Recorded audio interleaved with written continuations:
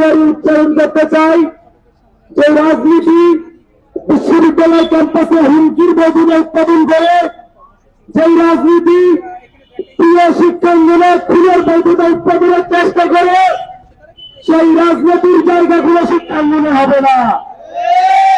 আমরা বেগমরোকেয়া বিশ্ববিদ্যালয় প্রশাসন তারা এই খুনের এই হুমকির রাজনীতি বন্ধের যে আইন করেছে, সেই আইন বাস্তবায়নে তাদের যে শিথিলতা, সেই শিথিলতার প্রতিবাদে এই আইন কেন তারা কার্যকর করতে পারতেছে না? কেন বিশ্ববিদ্যালয়ের আইন বিশ্ববিদ্যালয় প্রশাসন কার্যকর করতে পারতেছে না? কেন শিক্ষার্থীদেরকে বিশ্ববিদ্যালয়ের আইন কার্যকর করতে হচ্ছে?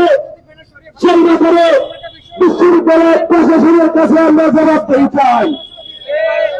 আমরা এখনই বেগমরোকেয়া বিশ্ববিদ্যালয় প্রশাসনের কাছে এর জবাবদিহি চাইতে যাবো ইনশাআল্লাহ।